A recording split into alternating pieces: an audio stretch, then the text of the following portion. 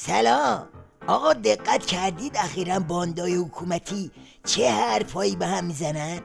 آدم وقتی تو وهله اول این حرفا رو میشنوه با خودش میگه این که داره درست میگه. که مثلا این تیکه از حرفای دلواپسا درباره سفر شیخ پری رو ملاحظه کنید. سوغات این دو سفر برای اقتصاد ایران چیست؟ آیا 8 میلیون بیکار در ایران می توانند خوشبین باشند که حداقل بخشی از آنها فردا سر کار خواهند رفت؟ چرا منابع عظیمی از دارایی‌های بلوکه شده که امروز باید صرف رونق اقتصادی در کشور و ایجاد اشتغال شود، اختصاص به خرید هواپیمای مسافربری آن هم با این تعداد اعلام شده باشد؟ ملاحظه میکنید؟ تا حالا گرد دیده بودید که اینجوری واسه قربانی اشک بریزه؟ دیدید چه دلی واسه 8 میلیون بیکار میسوزونه؟ آقا داستان چیه؟ چی شده اینا به ناگهان یاد بیکارا و پول مردم افتادن؟ تازه این فقط یکی از گرگا بود. یکی رو ببینید که چه داد و قالی را انداخته.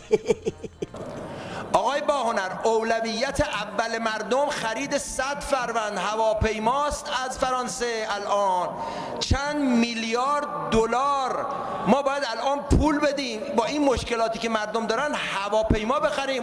من میگم نکنه تو برجام یه بند مخفی داشتیم که هرچه پول ما آزاد میشه پیش هر کشوری هست خود همون کشور باید بگه ما چی بخریم. ملاحظه میکنید؟ هی میگه مردم به یک باره همشون به یاد مشکلات مردم افتادن.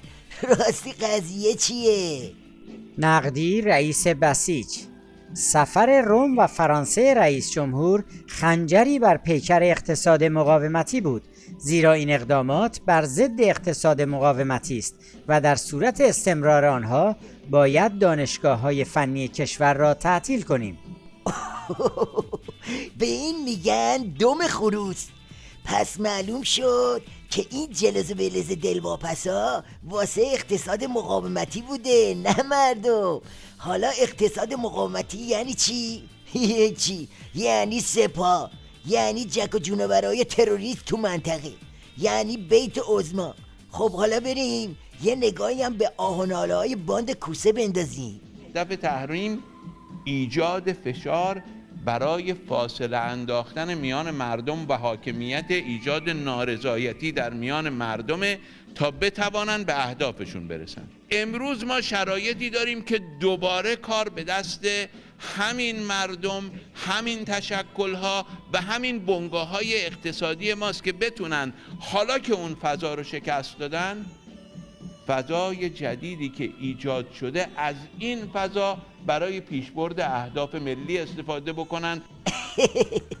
اینم که از اون طرف بوم افتاد، که اینم پوز اهداف ملی میده، اینم دم از کم کردن فاصله با مردم میزنه. منتها دم خروسش کجاست؟ اینجاست. ما ناوگان هواییمون رو باید نوسازی بکنیم.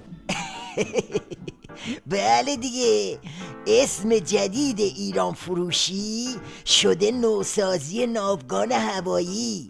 آقا دردسرتون ندم، این جماعت سرتاپا کرباسن.